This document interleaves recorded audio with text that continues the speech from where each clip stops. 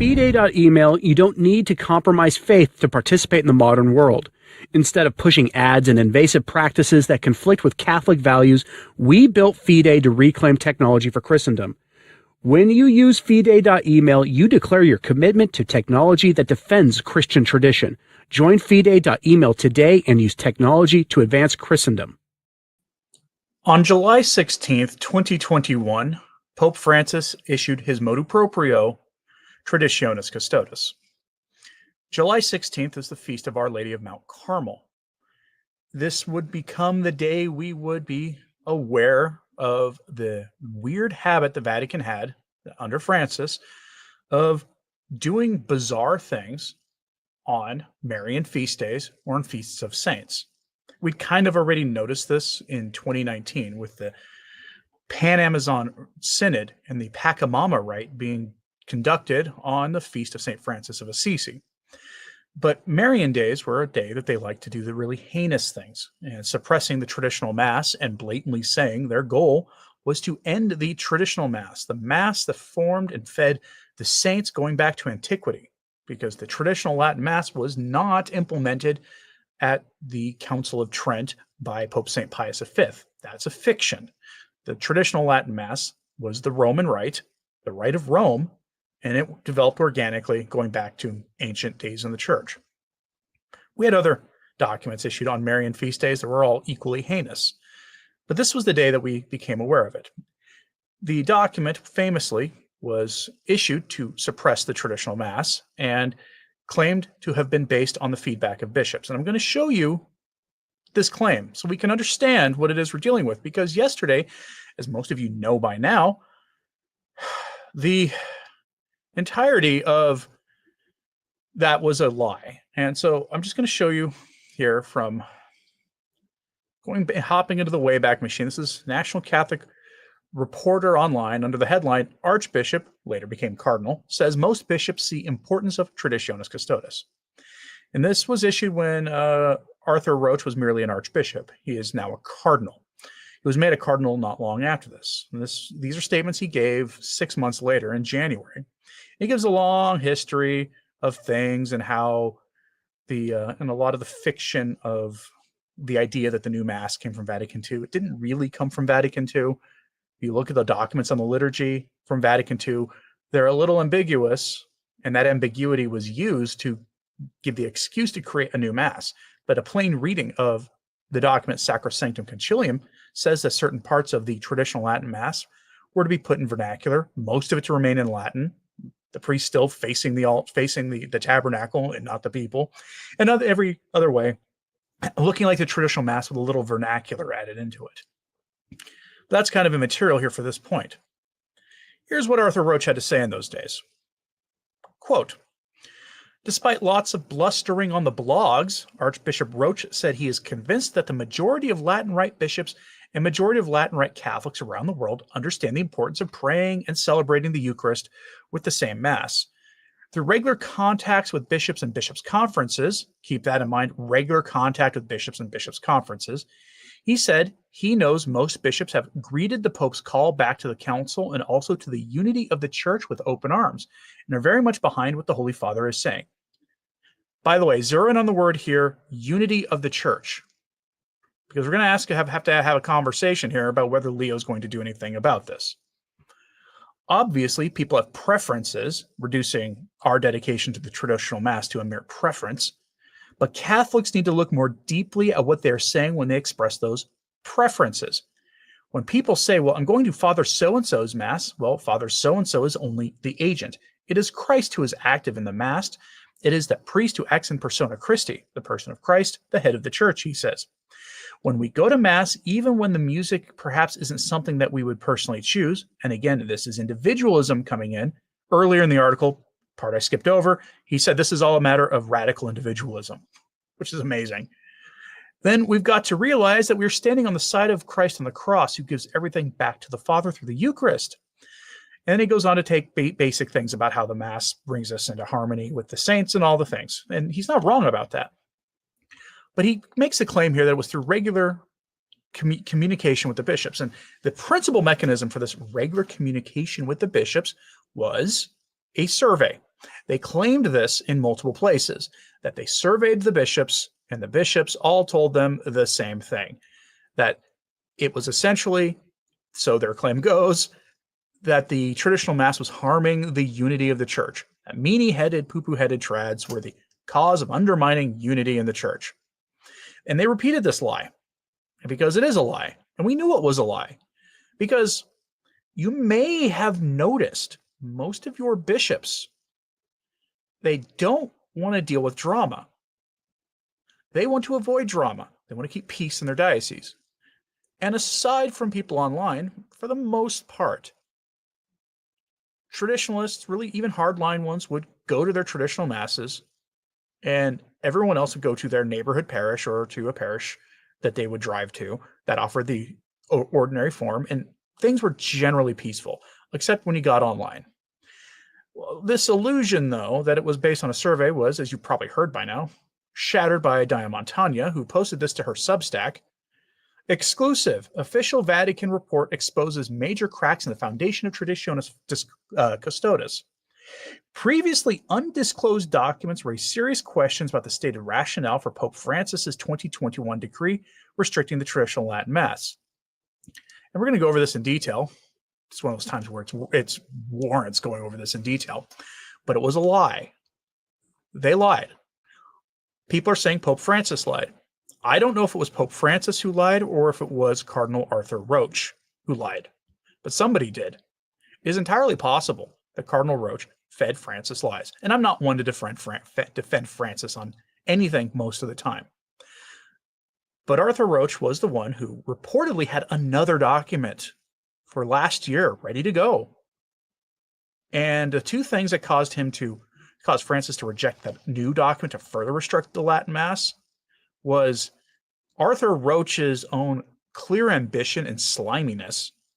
One of Francis's more endearing traits was his total dislike for ambition in the hierarchy among bishops and cardinals.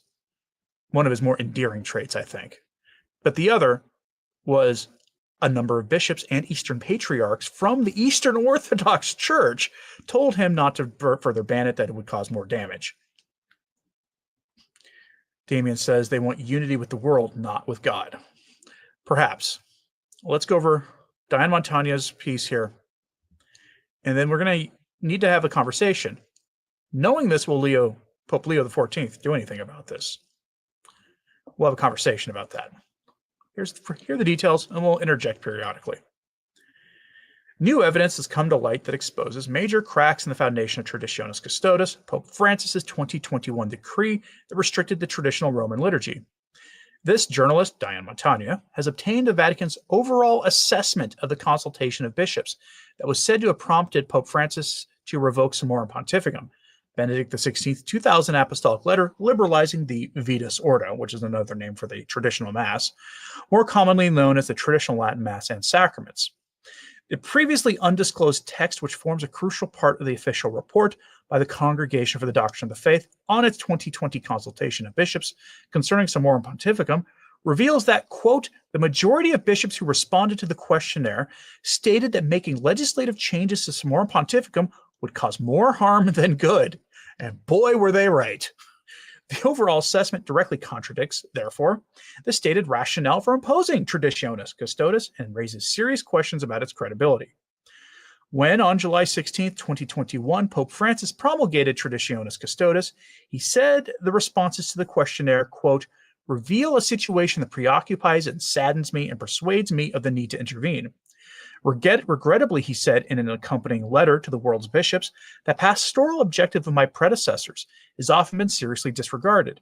An opportunity offered by St. John Paul II, and with even greater magnanimity by Benedict XVI, was exploited to widen the gaps, reinforce divergences, and encourage disagreements that injure the church, block her path, and expose her to the peril of division. He told the bishops that he was constrained by their requests to revoke not only Summorum Pontificum, but all the norms, instructions, permissions, and customs that preceded his new decree. However, what the Vatican's overall assessment reveals is that the gaps, divergences, and disagreements stem more from a level of nescience, prejudice, and resistance of a minority of bishops to Summorum Pontificum than from any problems originating from adherence to the traditional Roman liturgy. And now let's pause there for just a moment. Who do you think those minority of bishops were, aside from Cardinal Roche? I will give you a hint. They were the bishops who were ready when Traditionis Custodes was implemented. Within 24 hours of that document being released, in many cases within fewer than 12 hours, you saw in the United States and some other places, bishops releasing these decrees that clearly would have taken them some time to write, implementing Traditionis Custodes, complete with locations for where the few options for the Latin Mass in their community would be offered, or completely banning it altogether. They were ready. They knew. These were some of the bishops we frequently report on, unfortunately, on this channel. And many of us commented on how quick these guys were to have this ready, as if they had been in the know already. To say it was a minority of the bishops would be to undersell the point. Most of your bishops avoid making headlines. Most of them avoid making waves. Most of them just try to manage their diocese as best as they understand how to do it. Sometimes they do a good job, sometimes not so much, but for the most part, they just try to be a bishop. They don't make headlines, and they don't want to cause drama in their dioceses. And this forced their hand. So, of course, this whole thing was based on a lie. Of course it was. Because most bishops don't want to have to fight their own clergy and their own laity. And they don't want somebody like me or Taylor Marshall going on to YouTube or in a podcast somewhere or in a blog talking about how bad of a job they've done. Most of them don't want any of that. They just want to do their duty as they understand it day to day to best serve their community. And this undermines all of their basic day-to-day efforts. Let's go back to Miss Montagna. Conversely, the official Congregation for the Doctrine of the Faith report states that, quote, the majority of bishops who responded to the questionnaire and who have generously and intelligently implemented Summorum Pontificum ultimately expressed satisfaction with it. And we knew that from the beginning. Most of the bishops were fine with Summorum Pontificum. It adds that in places where the clergy have closely cooperated with the bishop, the situation has become completely pacified, meaning your divisions and your angry trads mostly kept their anger to their private conversations. They didn't. They weren't sitting there giving their bishops a hard time. They weren't giving their priests a hard time. They'd go to Mass, live their life. Maybe they'd express opinions, but otherwise, whatever. Them expressing opinions wasn't undermining the unity of the church at the time. And Traditionis Custodes blew all that up. The overall assessment, which is the document that Diane Montagna got her hands on, which can be viewed at the end of this article in the original Italian and in English translation, also confirms the contention I reported in October 2021. The Traditionis Custodes magnified and projected as a major problem what was merely ancillary in the official CDF report. In other words, it made a small problem much larger.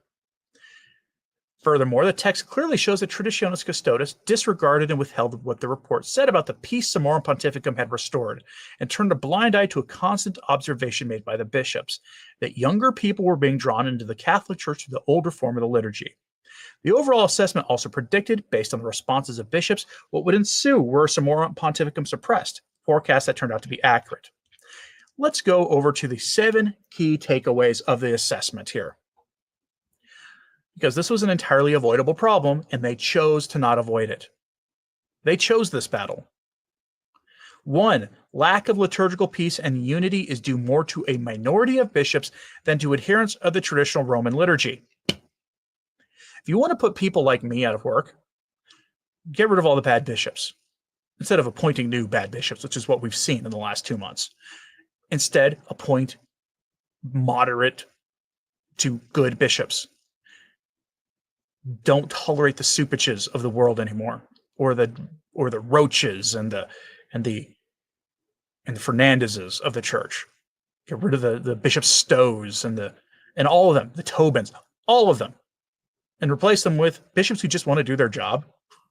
Maybe, give us a few extremely pious bishops, and people like me would have to go talk about other things. But it's the minority of bishops that are what cause all the drama in the church. Where liturgical peace is lacking, the report shows it stems more from a level of nescience, prejudice, and resistance of a minority of bishops to Summorum Pontificum than from any problems originating from those drawn to the traditional liturgy. The CDF report recalls Benedict XVI's desire to achieve, through the implementation of Summorum Pontificum, an internal liturgical reconciliation within the Church, and his recognition of the need to proceed not according to a hermeneutic of rupture, but rather by renewal and continuity with tradition. This ecclesiological dimension of the hermeneutic of continuity with tradition and with a coherent renewal and development has not yet been fully embraced by some bishops, the report observes. However, where it has been received and implemented, it is already bearing fruit, the most visible of which is in the liturgy. Furthermore, the report laments that in some dioceses, the forma extraordinaria, the extraordinary form, the traditional Mass, is not considered a richness for the life of the Church, but rather as an inappropriate, disturbing, and useless element for ordinary pastoral life, and even as dangerous, and therefore something not to be granted, or to be suppressed, or at least strictly controlled so that it does not spread, in the hope of its eventual disappearance or abrogation. And we saw that language in the accompanying letter to Traditionis Custodes, where Francis explained, meaning Cardinal Roche explained, that the entire purpose of suppressing the traditional Mass through Traditionis Custodes was to give the bishops an opportunity to re-educate traditionally minded Catholics about how great the new Mass is and how great the change in the ecclesiology of the Church was after Vatican II, and to bring us back into our neighborhood parishes where we could use all that energy and money for the benefit of the local parishes. They said that explicitly. It was almost as if they took the opinions of the extreme minority of bishops and put them into the official documents. More specifically, the report found that bishops in Spanish-speaking regions generally seem to show little interest in implementing Summorum Pontificum, despite requests from the faithful. Similarly, it noted the responses from Italian bishops suggests that overall, they do not hold the extraordinary form, traditional Mass, and its related provisions in high regard, with a few exceptions. Regarding a misunderstanding or ignorance among a minority of the episcopate, the report noted, some bishops state that the motu proprio, Summorum Pontificum, has failed in its aim of fostering reconciliation and therefore requested suppression. Again, this is a minority of the bishops, either because internal reconciliation with the Church has not yet been fully achieved, or because the priestly fraternity of St. Pius X, that's your SSPX, has not returned to full communion with the Church. Of course, the minority of bishops would say something as silly as that. There is no such thing as partial communion. You're either in communion with the Church or you are not. And the Vatican has repeatedly said throughout history that the SSPX are in communion. They just have they're just in canonical limbo. And it's an issue that needs to be worked out internally between their bishops and the hierarchy, the Roman Curia. But you hear this phrase, partial communion or not in full communion, from usually the same minority of bishops who have no theological understanding of basic things. In response, the authors observe that the process of reconciliation in the Church is often slow and gradual, and they recall, as Benedict XVI himself did, that Summorum Pontificum was not intended for the SSPX. Additionally, the report noted some bishops fear a division into two churches and believe that the groups attached to the extraordinary form reject the Second Vatican Council. If you wonder why, the FSSP get a apostolic visitation every year. Every year they get one. It's because they're checking for this. They believe that every traditional Mass group out there fosters a rejection of the Second Vatican Council. And so they check on them to make sure that their seminaries are teaching their seminarians that they are not fostering a rejection of Vatican II. The report acknowledges that latter point, this is partly true, but says that it cannot be generalized. Here too, it adds, the bishop's pastoral care has been decisive in calming agitated spirits and clarifying the thinking of some members of the stable groups. Lastly, the report notes that some bishops prefer a return to the previous indult situation in order to have greater control and management of the situation. And that is what Traditionis Custodes basically did, is more or less returned us to that with some heavy strings attached. How many parishes could be set up, that kind of thing. The majority of bishops who implemented Summorum Pontificum expressed satisfaction with it. Again, we were told that the majority of bishops said they did not want the traditional Mass. They wanted it suppressed. Yet the majority of bishops who implemented Summorum Pontificum said the opposite.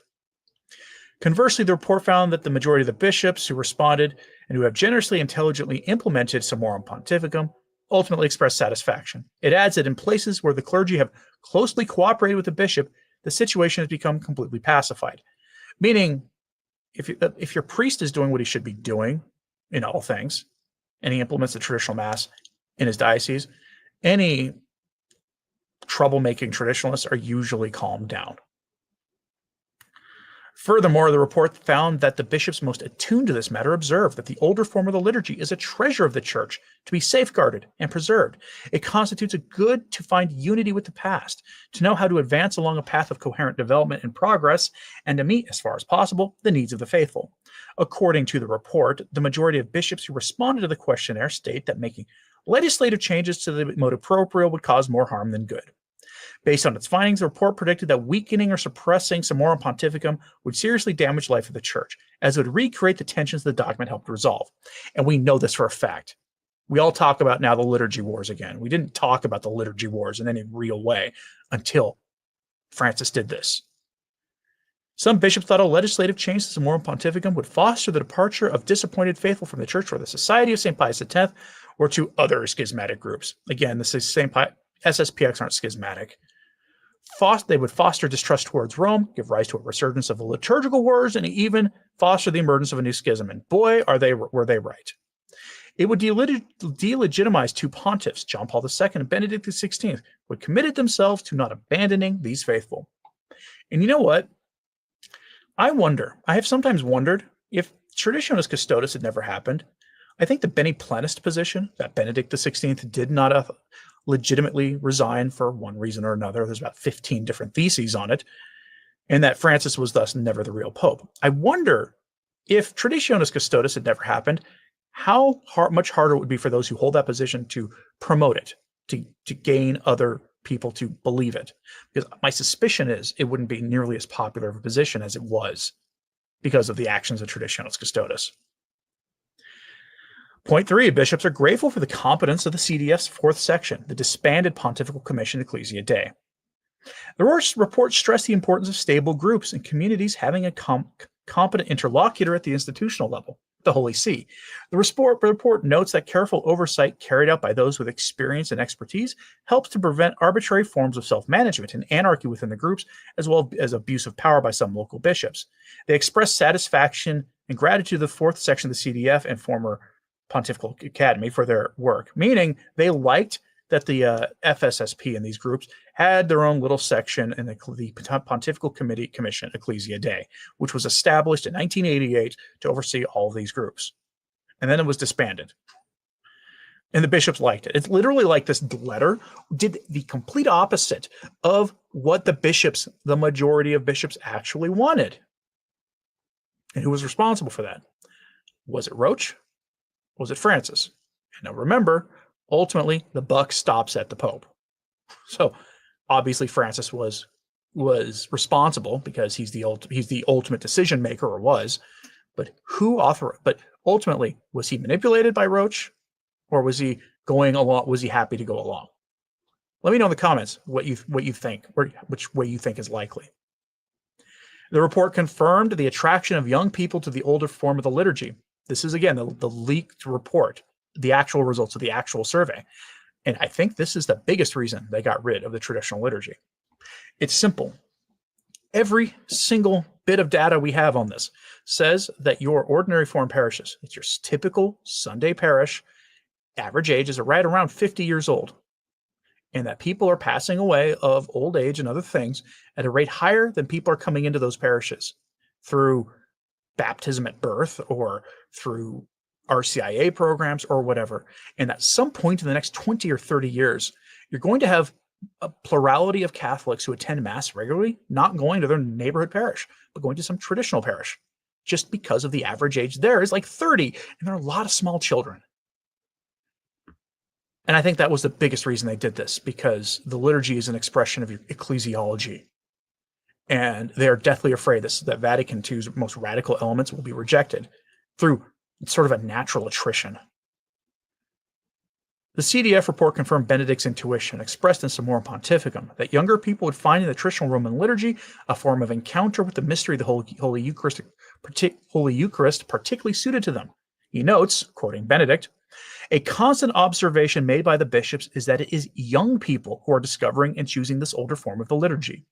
The majority of the stable groups present in the Catholic world are composed of young people, often converts to the Catholic faith, and those returning after a time away from the church and the sacraments. They are drawn by the sacredness, seriousness, and solemnity of the liturgy. What strikes them most, also amid a society that is excessively noisy and verbose, is the rediscovery of silence within sacred actions, the restrained and essential words, preaching that is faithful to the church's doctrine, the beauty of liturgical chant, and the dignity of the celebration, a seamless whole that is deeply attractive.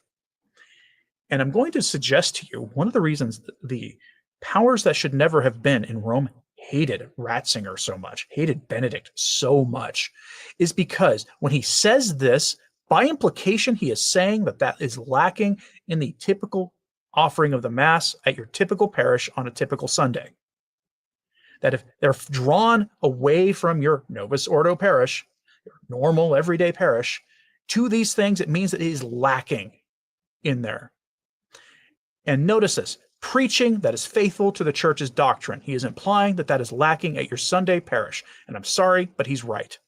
That is one of the number one things that when you ask people why they were drawn to the traditional Mass, it wasn't merely the beauty of liturgical chant and the dignity of the celebration. It was the fact that at your typical traditional parish today, you're not going to hear some weird worldly homily filled with dad jokes. But on top of it, yes, the dignity of the celebration. There are no clown masses. And they greatly objected to this because he was letting it all out for everybody to see. Because by implication, if people are drawn away from all these things, that means that the normal masses are embodiment of those things, according to Ratzinger. And that is why they hated him.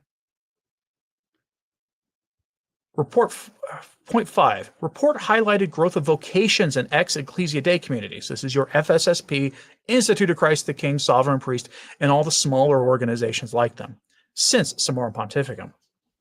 The CDF report highlighted the growth in vocations in these communities since the promulgation of Summorum Pontificum, but noted that some diocesan bishops are not entirely pleased by this. Many young men, it is said, are choosing to enter Ecclesia Dei institutes for the priestly or religious formation, rather than diocesan seminaries, to the manifest regret of some bishops. And again, this is your minority of bishops. And this is the other part of the problem for them, the long-term problem. If it's the traditional parishes that are growing, and your typical Sunday parishes are not, on average, it's just true, we've seen the data repeatedly. And if it's the vocations are mostly coming from there, then it really is just a matter of time. People used to talk about that being merely a matter of time. And then Summorum Pontificum happened.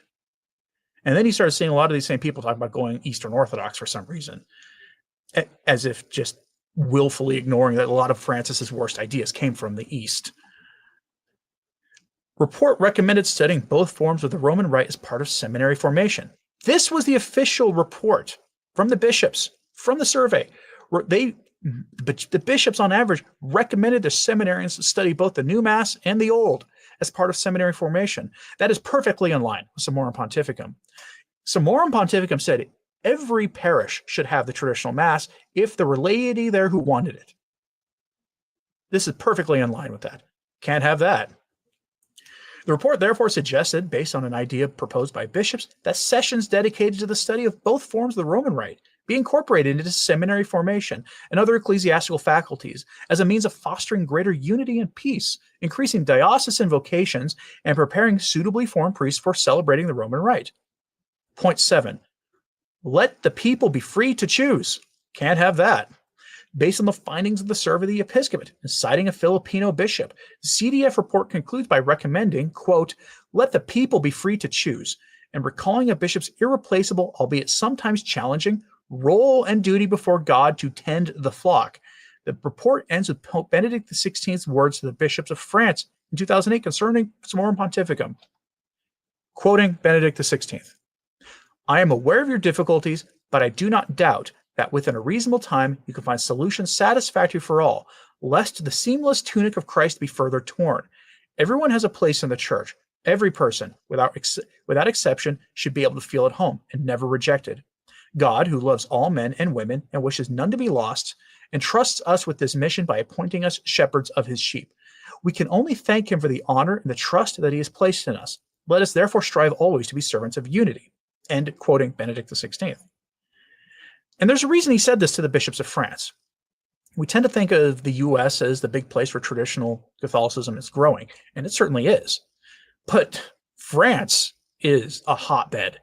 Lots of traditional mass offerings there. Not as many, of course, as there were before Summorum Pontificum. But a lot of the most controversial stories in the last couple of years about the traditional liturgy came from France.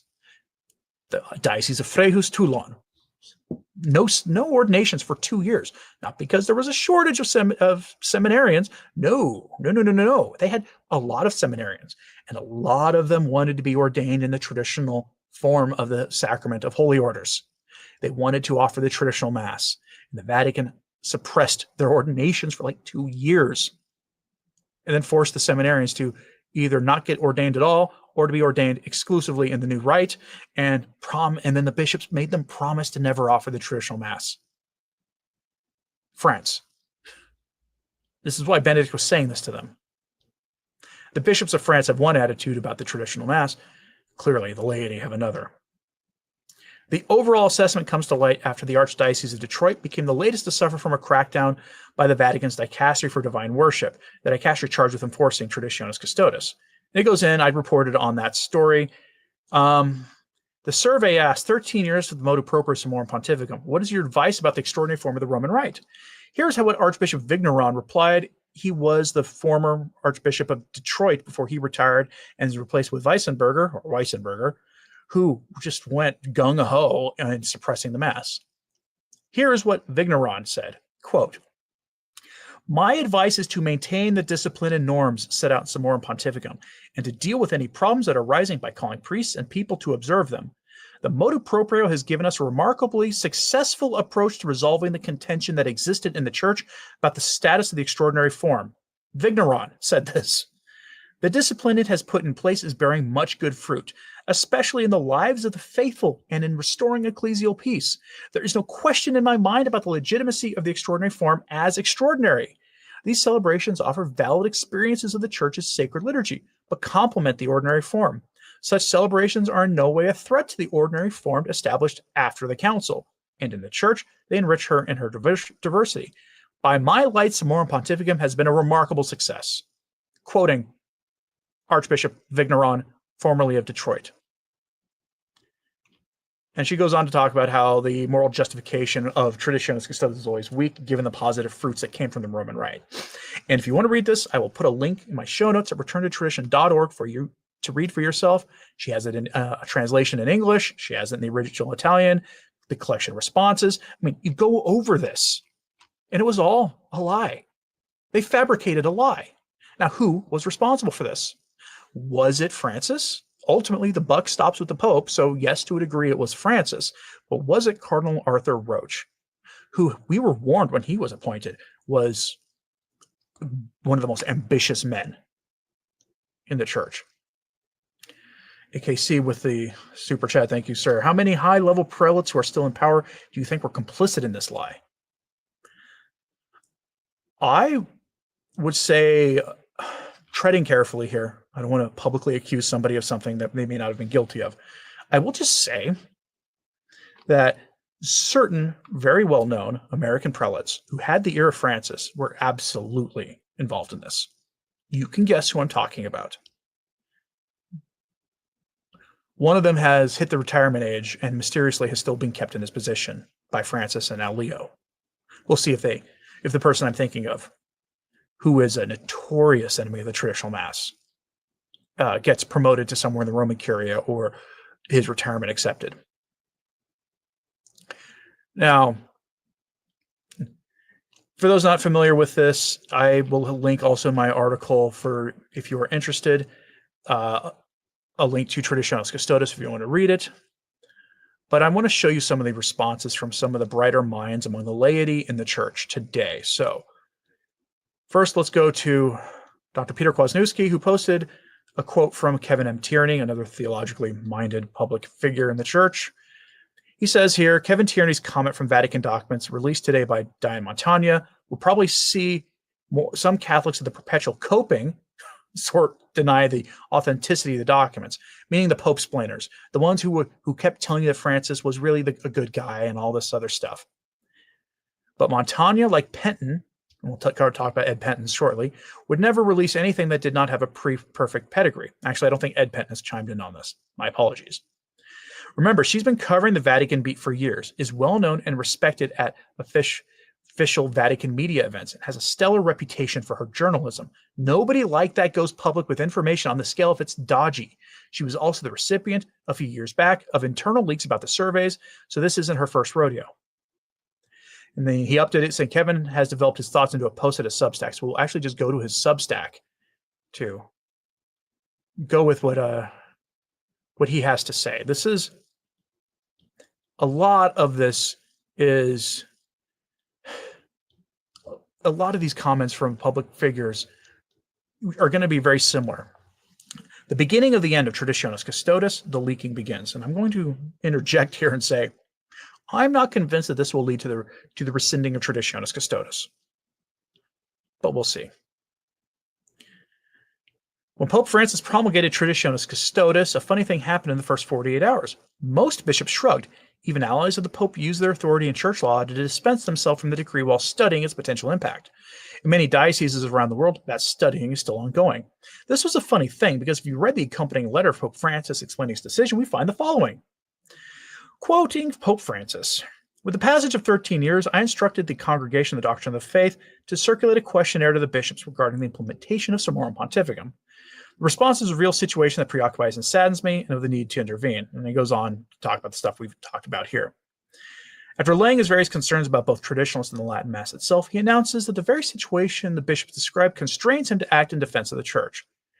And he goes on, you've heard this quote in the previous thing. To hear the Pope tell the bishops were describing a liturgical anarchy where subversive traditionalists were presenting a serious danger to the church. And the only way this could be mitigated was by revoking Summorum Pontificum's liberalizing approach. In attempting to square this perceived reality with the actual responses of the bishops, traditionalists had a pretty easy answer. The Pope was fibbing, or had a case of willful television, where he only heard voices telling him what he already wanted to hear. For statements like this, several defenders of the document found it outrageous to even suggest it, even as bishops continued to decline to act, and the Pope revoked the authority he granted to bishops in Traditionis Custodes in a later rescript, now reserving himself and the CDW prefect the authority to permit the Latin Mass. In this context, the Divine Montagna leak offers a truly fascinating look. Someone in Rome leaked her the executive summary of the document, which was accepted by the DDF and almost certainly given to Francis.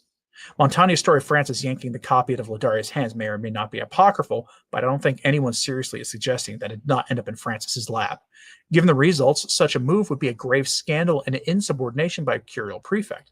In outlining a position that can be described as the consensus, the bishops said that liturgical peace and unity was threatened not by the Latin Mass, but by a small minority of bishops. Summorum Pontificum was not done for the SSPX. Most bishops were fine with Summorum Pontificum, the existence of the Latin Mass.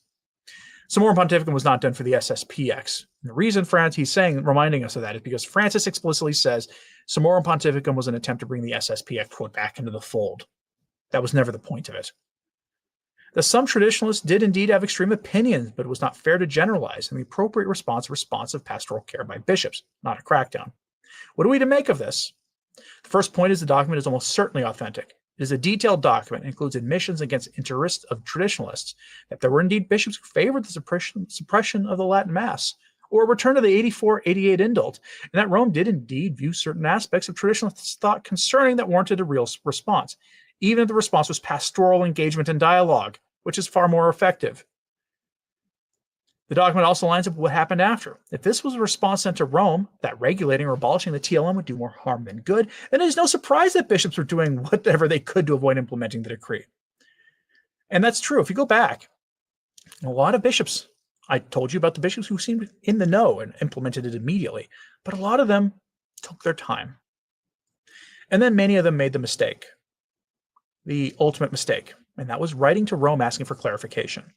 And many of those who wrote to Rome asking for clarification were instructed to do things that Traditionis Custodes did not call for.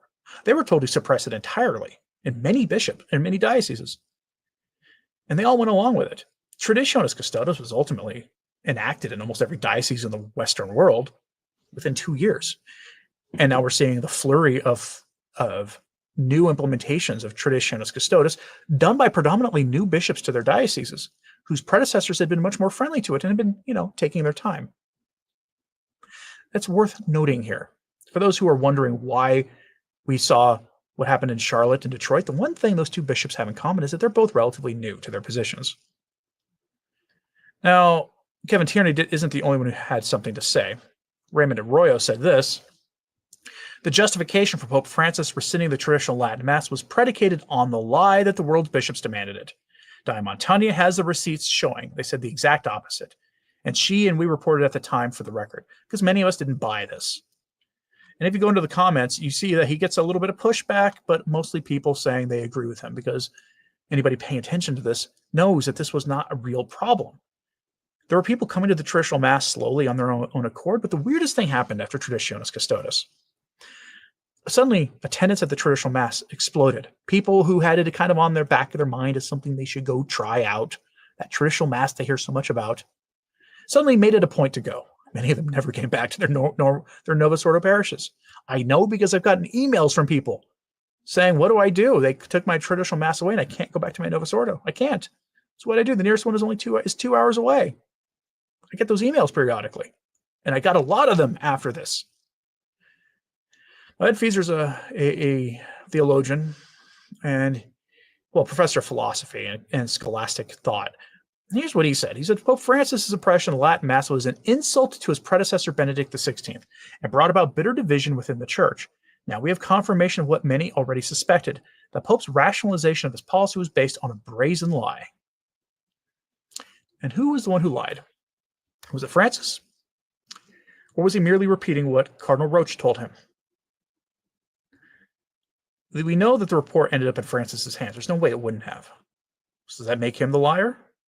I don't know. Let me know in the comments what you think.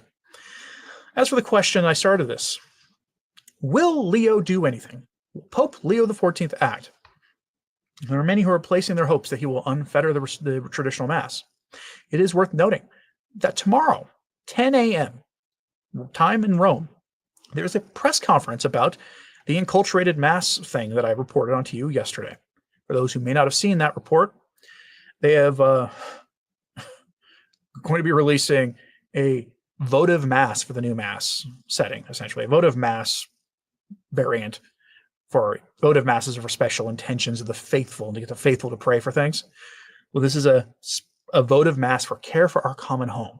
It's the Laudato Si Mass, basically. And they're going to have a press conference tomorrow at 10 a.m. in Rome. It's right around 3 a.m. Central Time where I'm at, or 4 a.m. Central Time. And if things permit, I may actually have to report on that immediately. If not, it'll be the next day. I would bet money, and I'm not a betting person. I'm not someone who places financial wagers, but I would be almost willing to bet money this time that Diamontania will be at that press conference and that she's going to ask some pointed questions about Pope Leo, what he's going to do in light of these reports. Chances are very good he's heard about them by now, and if he hasn't, he will soon. Will he act? There is, I'm not going to say the name of it right now, but if you see a YouTube channel with Pope Leo's name in it, there are several of them. They are all AI, using AI to clone his voice and then putting up fake speeches that he never gave. And a lot of people are subscribing to them thinking he's saying these things. And one of them has said recently that Pope Leo XIV appointed Cardinal Burke to some position in Rome. And if you took 1 minute to go look on the Catholic news outlets or on the Vatican's website for where these things are announced, you would find out that didn't happen. That was fake news. And I'm seeing this shared everywhere. And I'm telling you this because this is a scourge on YouTube. It has everything to do with the traditional Mass. There's some people out there trying to take advantage of you as someone who is interested in the affairs of the Church and looking for signs of hope to get you to watch their stuff when it's all fake. Part of that is predicated on this. Cardinal Burke, according to people whom I generally trust, has told people close to him that he is very optimistic about Pope Leo XIV and what he's going to do with the traditional Mass. I'm going to give you a counter argument here. Now, I could be wrong. Could very well be wrong. Giving you that warning ahead of time. Would it foster more unity in the church to undo Traditionis Custodes, or would it cause more division? I don't think it would foster more unity. My reasons for thinking that, including the fact that the bad bishops have had all the power in the church for the last decade or more, but also that the genie has been pulled out of the bottle and you can't put it back in at this point.